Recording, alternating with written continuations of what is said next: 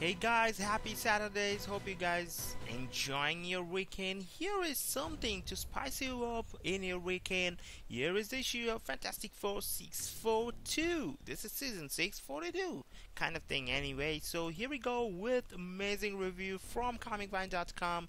Matt Inferiorego Elfring. So the Invaders and Fantastic Four team up.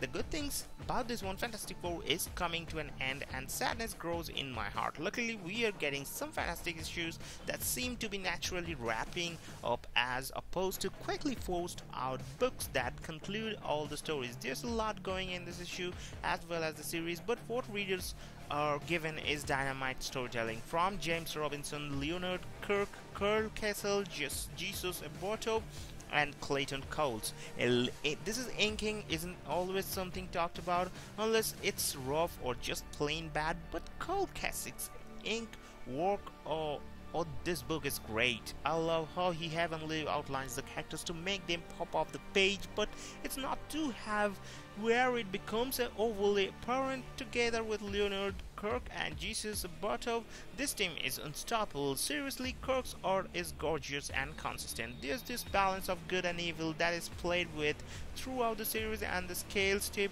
a little here as Bentley does something good because it feels good. There is a brilliant moment, and that artist Leonard Kirk nails out of the park where whether Wizard approves of what his son is doing, and while Bentley seems pleased at first, there's the follow-up panel showing remorse. Kirk nails facial expressions every time, and strangely enough, following Bentley's journey in this series was something that became extremely gratifying.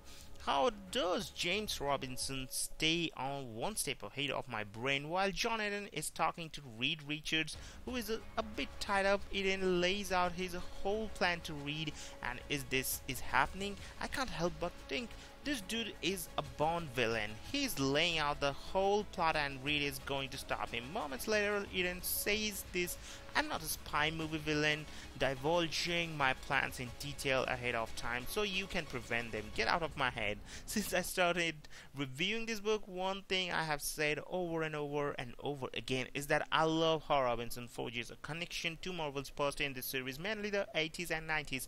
I'm not going to flat out spoil the final page, but I will say I'm so excited to see the person on the final page, and that's one thing Robinson has been nailed on this series. He keeps the reader invested in what's coming next. The guy really knows how to put together a solid cliffhanger. The bad things from this one is from personal experience. This issue, while this series is good but reads better in trade. The series does have a lot going on from month to month, and at times it can be a bit much to keep up with it all. A lot of those stories start to come to a head here, and some of it will make you want to go back and reread a lot of the series, which is both a good and a bad thing. This is not on the creative team but more on Marvel. Please don't put the issue numbers on the bottom of the book. It makes it hard to find the issue in your short long boxes later down the road when you want to reread it. The verdict from this issue is Fantastic Four is the best it has been in quite some time.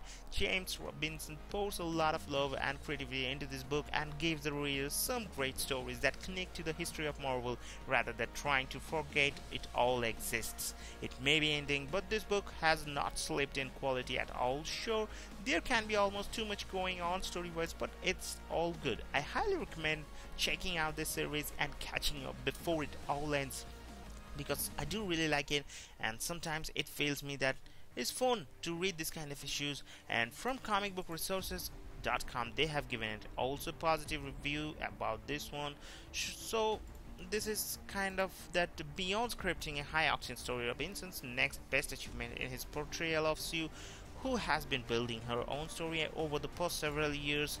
That's been nice. So which culminates here in a powerful moment as fed up Mama Bear Sue strikes out at everyone who has invaded her home and endangered her children. However, Robinson makes a blatant swipe at this classic Watchmen that he makes no real attempt to conceal. It's a pretty glaring distraction to anyone who knows that story, but Robinson's own story recovers from it quickly enough. So hope you guys have enjoyed it. Next one is coming very soon, The Sweet Dreams of Franklin Richards. So hope you guys have enjoyed.